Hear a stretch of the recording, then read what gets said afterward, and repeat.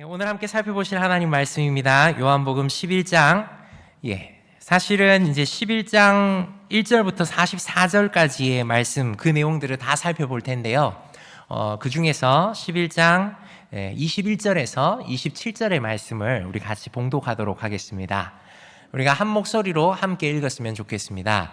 요한복음 11장 21절에서 27절의 말씀, 우리가 한 목소리로 함께 봉독하겠습니다. 마르다가 예수께 여짜오되 주께서 여기 계셨더라면 내 오라버니가 죽지 아니하였겠나이다. 그러나 나는 이제라도 주께서 무엇이든지 하나님께 구하시는 것을 하나님이 주실 줄을 아나이다. 예수께서 이르시되 내 오라비가 다시 살아나리라. 마르다가 이르되 마지막 날 부활 때에는 다시 살아날 줄을 내가 아나이다. 예수께서 이르시되 나는 부활이요 생명이니 나를 믿는 자는 죽어도 살겠고 무릇 살아서 나를 믿는 자는 영원히 죽지 아니하리니 이것을 내가 믿느냐. 이르되 주여 그러하외다. 주는 그리스도시요 세상에 오시는 하나님의 아들이신 줄 내가 믿나이다. 아멘. 여러분, 요한복음은, 그리고 성경은 분명한 목적을 가지고 기록되었습니다. 요한복음 20장 31절에 보면 이 요한복음을 읽는 모든 독자들에게, 그리고 성경을 읽는 모든 독자들에게, 성도들에게 예수께서 하나님의 아들 그리스도이심을 믿게 하려 함이고, 또한 예수님의 이름을 힘입어 생명을 얻게 하려는 그 목적을 가지고 이 요한복음 그리고 성경이 쓰여졌습니다. 그래서 요한복음, 예수님의 복음서 중에서 특별히 요한복음에서는 그러면 예수님의 모든 생애와 행적들을 다 기록해 뒀느냐? 그렇진 않습니다. 예수님의 모든 생애와 그 행적을 다 기록하기에는 아마 하늘을 두루마기 삼고 바다를 먹물 삼아도 모자라지 않겠습니까? 목적이 있습니다. 예수께서 그리스도이신 것, 하나님의 아들 그리스도이신 것과 또 예수의 이름을 힘입어 생명을 얻게 하려 하는 그 목적에 해당되는, 부합되는 예수님의 말씀, 예수님의 하신 일들이 기록되어 있는 게 요한복음이고 또 성경책이지요. 그래서 요한은 예수님이 수많은 표적들을 행하셨지만 그 중에서 특별히 7개만 딱 요한복음에 기록해 두셨습니다. 뭐냐면 먼저 물이 포도주로 변하는 것이죠. 그리고 가버나움 왕의 신하의 아들을 고친 겁니다. 그리고 베데스다 못에 38년 된 병자를 고치신 거고요. 오병이어로 5,000명 이상을 먹이신 표적, 그리고 무리를 걸으시는 것, 그리고 날 때부터 눈이 먼 사람을 고치시는 것, 그리고 오늘 본문에 나오듯 나사로를 살리신, 죽은 나사로를 살리신 이 표적입니다. 이 표적은요, 다 예수님이 어떤 분이신지 보여줍니다. 그리고 예수님께서 인생의 문제에 답이 되신다라는 것을 보여주고, 예수님께서 예수님을 붙드는 것만이 인생 문제의 해결이라는 것을 보여주는 것이죠. 그 중에 특별히 오늘 11장을 보시면서 죽은 나사로를 살리신 예수님을 보시면서 예수님이 우리에게 어떤 의미가, 그리고 어떤 해답이, 그리고 어떤 생명이 되시는지를 한번 살펴봤으면 좋겠습니다. 오늘 죽은 나사로를 살리신 사건, 그 사건의 시작은 이렇게 시작이 됩니다. 어느 병자가 있는데 이는 마리아와 그 자매 마르다의 마을 베다니에 사는 나사로라고 합니다. 베다니라는 지역에 예수님께서 자주 왕래하는 친한 가정이 있습니다. 마르다, 마리아, 나사로, 이 3남매가 사는 집입니다. 베다니라는 그 지역 자체가 슬픔의 집이라는 이런 뜻이 있다고 하죠. 아마 가난한 자들, 사회적 약자들이 촌락을 이루어서 살던 곳 아닐까라고 생각합니다. 그런데 이곳에서 특별히 예수님께서 5절의 말씀을 미루어 볼 때 마르다와 그 동생 마리아와 나사로를 매우 사랑하셨습니다. 이 3남매를 매우 사랑하시고 함께 교제를 하셨지요. 교류를 했습니다. 마르다에 대해서는 어떤 여성인지 성경에서 더 이상의 정보가 기록되어 있지 않는데, 특별히 마리아에 대해서는 이 성경에 마리아가 여러 명이라서 그럴까요? 정확하게 이야기하는 게 2절에 보니까 향유를 주께 붓고 머리털로 주의 발을 닦던 자라고 이야기를 합니다. 그러니까 예수님의 장례를 준비하던 여인입니다. 이 여인은요, 이 내용은요, 사실 12장에 나옵니다. 요 다음 장에 나오죠.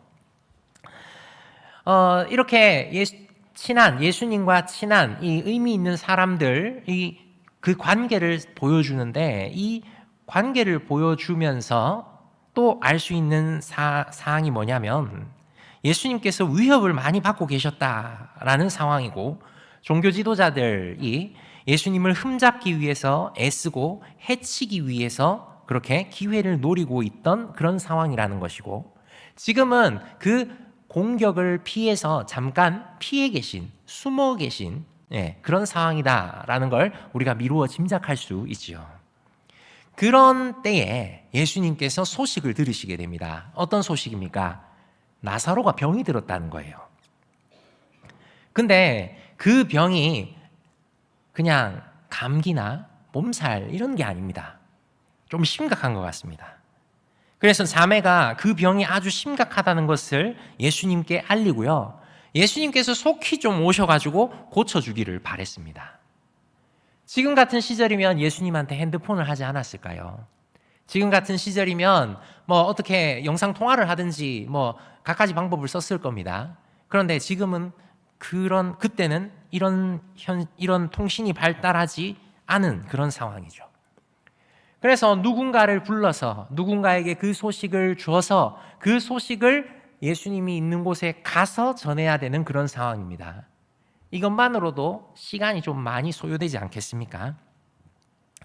그리고 그 성경을 연구하시는 목사님들에 따르면 예수님께서 이때 이 베다니에서 하루 정도는 더 가야 되는 거리, 그러니까 좀 먼 거리에 계셨다라는 그런 말도 있고, 아니다, 더 멀리 계셨다라는 말도 있습니다. 어찌됐건 이 예수님에게 이 소식이 전해집니다. 그러니까 아팠다, 어우 심각하네, 즉시가 아니라 시간이 좀 지난 상태입니다. 일반 사람들이 이런 얘기를 탁 들었으면 이 시점을 계산했을 겁니다. 나한테 지금 이 소식이 전해졌다. 그럼 이 친구가 언제부터 아팠던 거지? 얼마나 아프지? 이렇게 막 계산을 했겠죠. 얼른 판단이 되지 않으니까 심각하다라는 말만 듣고 얼른 그 전령을 앞세워서 빨리 갑시다 할 수도 있습니다. 그런데 예수님은 정말 능력의 예수님, 하나님이신 예수님이니까 가능하겠죠. 이렇게 4절에 아주 태연하게 말씀하십니다. 예수님께서 들으시고 말씀하시는 거죠. 이 병은 죽을 병이 아니야. 하나님의 영광을 위함이야. 하나님의 아들, 그러니까 내가 이로 말미암아서 영광을 받게 하려 함이야. 이렇게 태연하게 이야기를 하시는 겁니다. 에이, 뭐 건강하던 사람인데 무슨 일이 있겠어? 지금은 좀 아프지만 금방 툭툭 털고 일어날 거야. 걱정하지 마. 이 정도가 아니죠. 상황을 분명하게 정의를 하십니다. 이 병은 죽을 병이 아니야. 하나님의 영광을 위함이야. 하나님의 아들 예수님께서 이로 말미암아 영광을 받게 하려 함이야. 그러니까 이 병이 분명히 목적이 있는 거죠. 이 상황 자체가 목적이 있는 겁니다. 어떤 목적이 있겠습니까? 예수님께서 그리스도시고 하나님의 아들이신 것, 그걸 믿게 하려 함이고, 또 예수님으로 인해서 영원한 생명을 얻게 하려는 그 목적입니다. 자, 그러면 이 소식을 듣고 예수님께서 이렇게 말씀하신 다음에 어떤 반응을, 어떤 행동을 하시느냐, 말씀을 보시면 이렇게 이야기하십니다. 그 마르다와 그 동생 마리아와 나사로를 매우 사랑하는 그 사람인데, 그 사람이 나사로가 아프다는 소식을 듣고도 거기서 이틀을 더 유하십니다. 2일을 더 그냥 보내시는 거예요. 이거는 의도적인 멈춤입니다. 내가 하던 일이 있어서 이틀만 기다려봐, 이게 아닙니다. 그 소식을 듣고 그 소식, 그 상황 가운데에서 하나님의 뜻을 이루시기 위해서 분명한 목적을 이루시기 위해서 일부러 멈추시는 겁니다. 딱 멈추세요. 정지, 멈춤입니다. 야, 하나님의 그 생각은 정말 알 수가 없지 않습니까? 우리는 빨리빨리잖아요. 뭐든지 빨리빨리 해결돼야 돼요. 아프면 기도 딱 했을 때 씻은 듯이 샥 나아야 됩니다. 안 그렇습니까? 저희 막내가 막 아파요. 막 칭얼대고 울고불고 난립니다. 그 조그마한 애가 아프니까 저는 기도합니다. 빨리 좀 낫게 해주세요. 기도하고 나면은 막 목사니까 손 놓고 기도했는데 깨끗이 나았으면 좋겠는데 여전히 찡얼대고 있습니다. 예. 하나님의 계획 알다가도 모르겠죠. 그 상황을 생각해 보면 사랑하는 사람이에요. 저 먼 사돈의 팔촌이 아니라고요. 죽을 병에 걸려서 신음하고 있고 그 상황을 보는 누이들이 안타까워서 예수님에게 빨리 사람을 보내가지고 어떻게 좀 해주세요 하고 연락이 온 그런 상황입니다. 근데 스톱. 하루, 이틀. 완전 스톱이에요. 왜 그러실까요? 사랑하는 성도 여러분, 언제나 그렇듯이 우리는 주님의 뜻을 다 이해할 수가 없습니다. 주님, 도대체 언제까지입니까? 도대체 언제까지입니까? 우리의 기도에 언제 응답해 주실 거예요? 나의 괴로움과 나의 아픔과 나의 고통 어떻게 응답하실 거예요? 언제 하실 거예요? 주님 듣고 계신 거 맞아요? 이럴 때가 있잖아요. 답답하고 괴로워서 기도는 하는데 하나님 과연 그 기도를 들으시고 계시는가? 왜 듣고 계시다면 아무런 사인을 주시질 않지? 성경책을 이렇게 탁 펴져서 손가락 탁 찍으면 너 하는 대로 해라 뭐 이렇게 말씀해 주시면 좋잖아요. 즉각적으로. 어떤 분처럼 성경책을 이렇게 탁 펼쳤는데 빛이 그 말씀에 이렇게 싹 임하면서 그 말씀 가지고 설교하거라 이렇게 해주시면 얼마나 좋아요. 우리가 생각한 시간에 우리가 생각한 방법대로 우리가 생각한 장소에서 우리가 생각하는 방법으로 그렇게 하나님이 딱 맞게 알맞게 착 역사해 주시면 얼마나 좋습니까? 그런데요, 우리가 생각할 때는 예수님께서 당장 나사로에게 달려가셔야 되고 우리가 생각할 때는 지금 머무시는 곳이 아니라 나사로가 있는 베다니로 총알같이 가셔야 되고 우리가 생각했을 때는 지금 즉시 당장 거기에요. 그리고 손을 얹어서 기도하시든지 뭐 어떻게 선포를 하시든지 바로 병을 낫게 해주셔야 됩니다.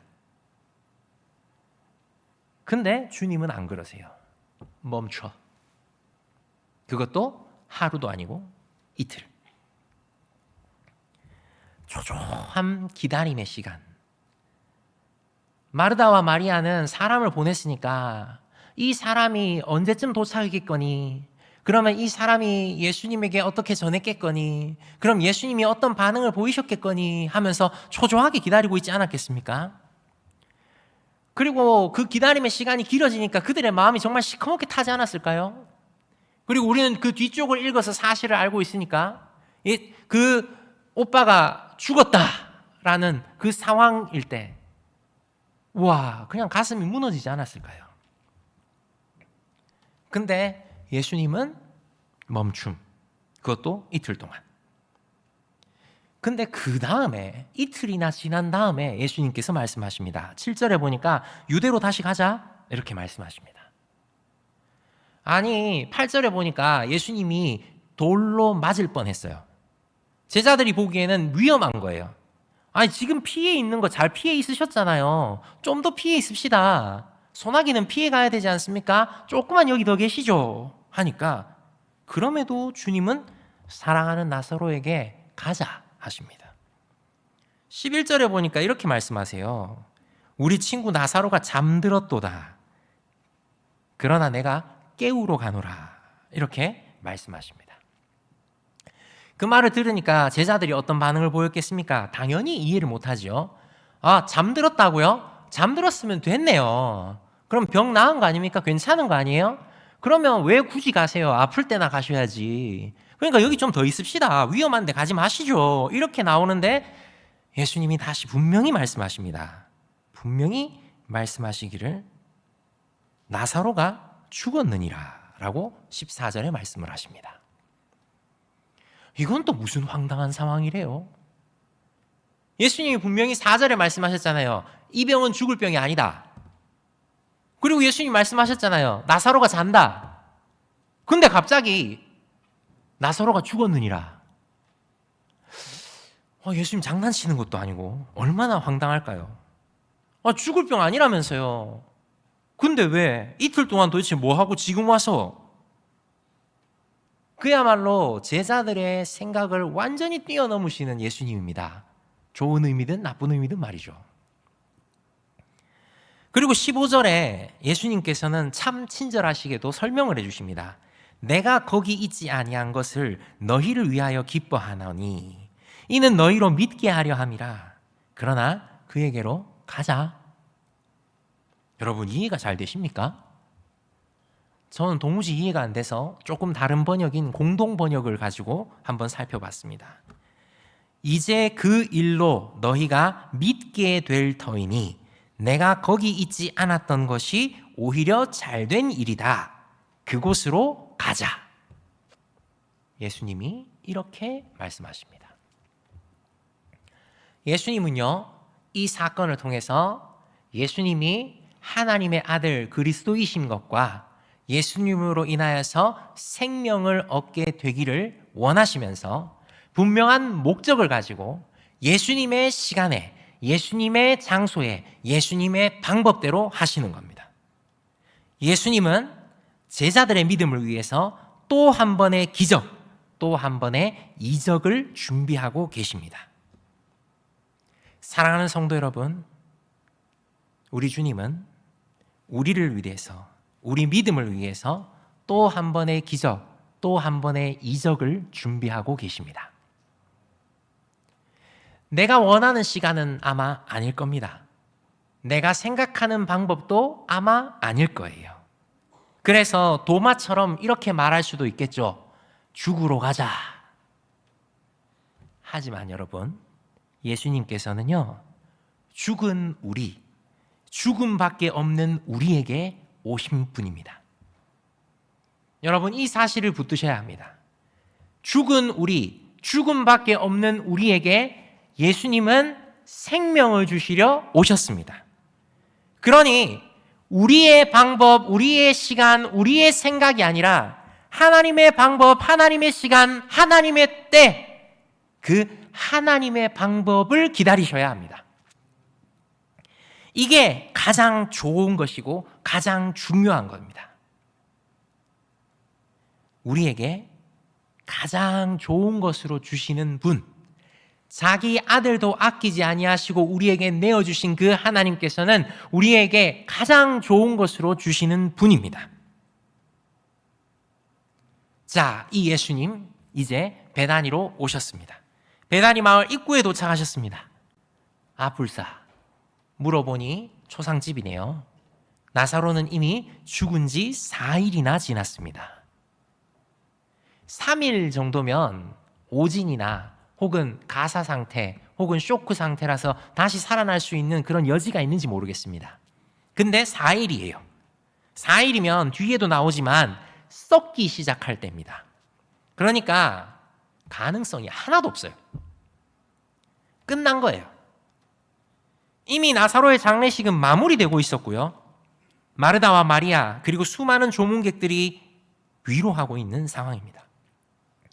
그때 예수님께서 오셨다라는 소식을 들은 마르다는 뛰쳐나갑니다. 그리고 21절에 말하죠. 21절에 마르다가 예수께 여짜오되 주께서 여기 계셨더라면 내 오라비가 죽지 아니하였겠나이다. 그러나 나는 이제라도 주께서 무엇이든지 하나님께 구하시는 것을 하나님이 주실 줄을 아나이다. 이렇게 21절과 22절에 이야기를 해요. 너무 슬프죠? 마르다의 원망이 느껴지십니까? 예수님이 계셨으면 우리 오빠 안 죽었을 거 아니에요. 근데 이제라도 예수님께서 다 이루실 겁니다 라고 말하는데 그 뒤를 살펴보면요, 이 마르다는요, 오빠가 다시 살아난다는 사실은 생각 못했습니다. 예수님은 그 마르다의 이야기를 탁 듣고 야, 네 오라비가 다시 살아나리라 라고 23절에 바로 말씀하십니다. 근데 24절에 뭐라는 줄 아십니까? 마르다는 예, 마지막 날 부활 때에 다시 살아날 줄 내가 알겠습니다 라고 해요. 그러니까 그냥 진짜 살아난다고 생각 안 하는 거죠. 그냥 예수님이 늦었다고 생각하는 거예요. 예수님도 죽으면 어쩔 수 없잖아요. 이렇게 생각하는 겁니다. 그냥 저 마지막 날 언제가 될지는 모르겠지만 그때는 다시 살아나겠죠. 그때 다시 보겠죠. 그냥 그러고 있는 겁니다. 포기했습니다. 언젠간 다시 살아나겠죠 하면서 유대교 전통의 그런 신앙, 그 정도를 고백을 하는 겁니다. 영원한 생명에 대해서 믿음이 있는 것 같지만 자기 수준이에요. 아니, 이거는 믿음 없다고 봐야 됩니다. 죽으면 어쩔 수 없고 마지막 때를 기다려야죠. 뭐 이렇게 생각해 버리는 겁니다. 그 수준, 자기 수준에 머물러 있는, 자기 방법과 자기 때와 자기 수준에 머물러 있는 마르다에게 예수님께서 무엇이라고 말씀하십니까? 25절과 26절입니다. 예수께서 이르시되 나는 부활이요 생명이니 나를 믿는 자는 죽어도 살겠고 무릇 살아서 나를 믿는 자는 영원히 죽지 아니하리니 이것을 내가 믿느냐? 주님은 지금 내가 나사로를 다시 살리겠다라고 말씀하세요. 왜냐하면 예수님이 부활이고 생명이기 때문입니다. 요한복음을 읽는 독자들, 그리고 그 자리에 있는 사람들, 제자들, 그리고 오늘을 사는 우리에게 예수님께서 분명히 보여주고 계십니다. 지금 나사로를 살리겠다고. 예수님께서 영원한 생명이시라는 걸, 그리스도시고 살아계신 하나님의 아들이시라는 걸 너희가 보고 듣고 믿게 너희들을 위해서 이 일들을 하겠다라고 하십니다. 여러분, 우리는 때로는요, 너무 먼 미래를 부활과 영생을 위해서 살고 있는 것 같습니다. 이 부활과 영생이 우리 앞에, 눈앞에 우리의 삶에서 의미를 가지는 게 아니라 저 먼 미래, 죽은 다음에 천국 가면 되지 뭐, 이 정도로 생각하고 있는 것 같아요. 제가 그렇거든요. 근데 예수님께서는요, 우리의 수준을 넘어서 말씀하세요. 오늘이라는 부활의 삶을 보여주십니다. 우리의 삶에서 부활의 현재와 부활의 능력과 부활의 삶, 예수 그리스도 그분 자체를 보여주시는 거예요.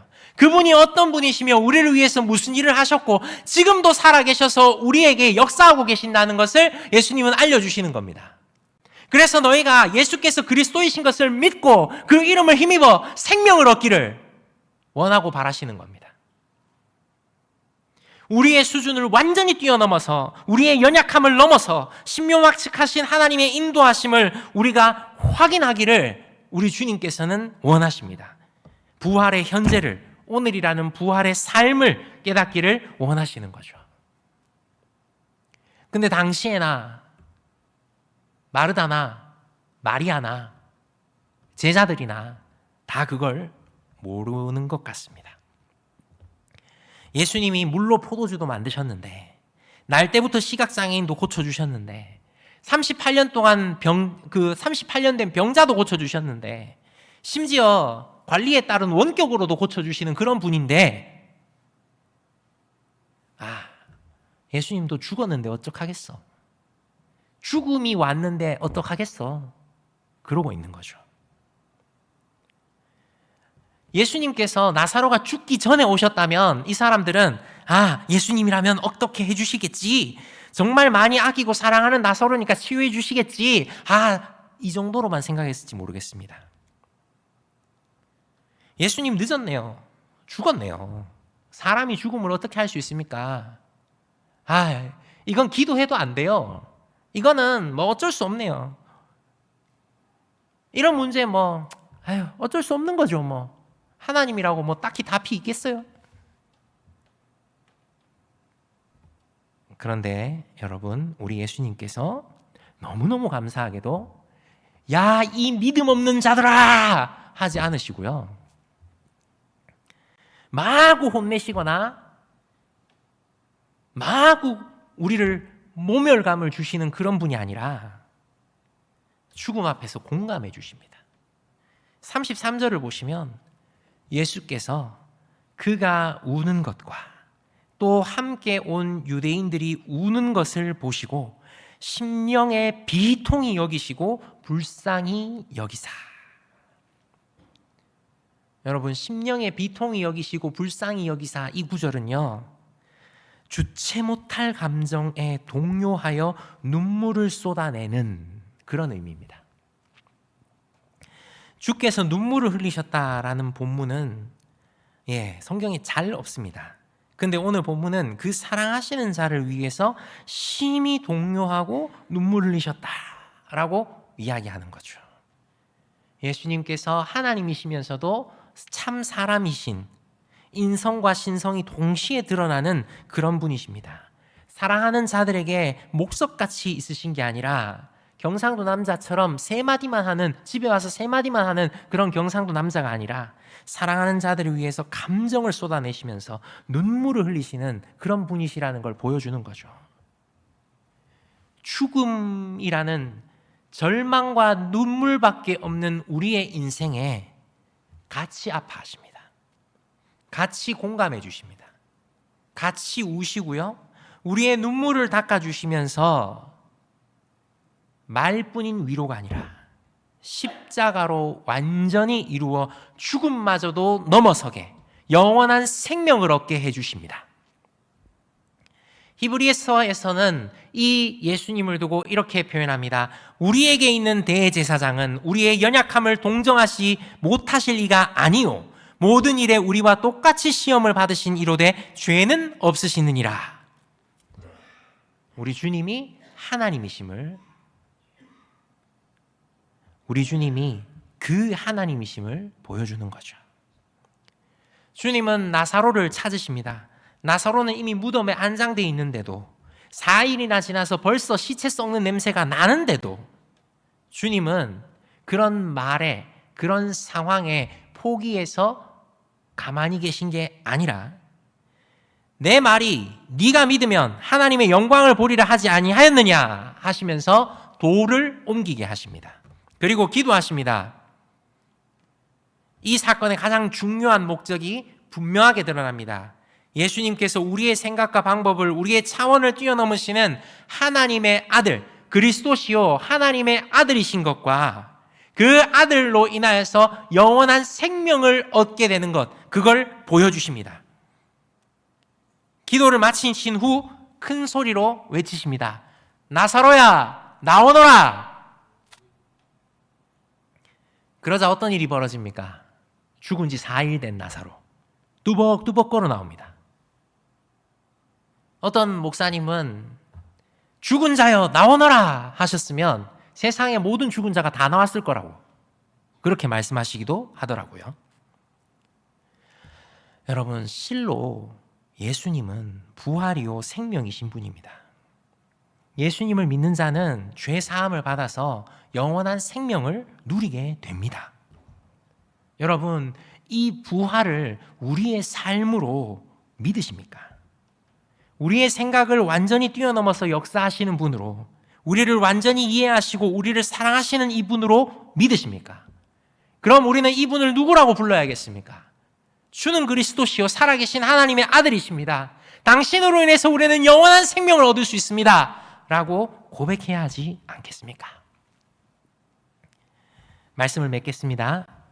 요한은 예수님께서 일으키신 이 이적 중에 위대하고 놀라운 이적, 그리고 그리스도의 궁극적인 사역의 종점인 십자가의 죽음과 부활을 암시하는 이 표적을 기록했습니다. 그래서 예수님께서 하나님의 아들 그리스도시라는 사실을 증명합니다. 그리고 하나님께 영광을 돌리고 있습니다. 오늘이라는 부활을 살라고 우리를 격려하고 있습니다. 그래서 주 하나님 독생자 예수께서 죽음밖에 없는 죽어있는 날 위하여 오시며 내 모든 죄 다 사하시고 죽음에서 부활하신 분이심을, 우리에게 자기 아들을 아끼지 않고 내어주신 그분께서 우리에게 가장 좋은 것으로 주시는 분이심을 믿고 오늘이라는 부활의 삶을 살아가는 우리가 되기를 바라십니다. 우리가 이 사실, 이 하나님의 마음을 기억하며 함께 찬양하고 기도했으면 좋겠습니다.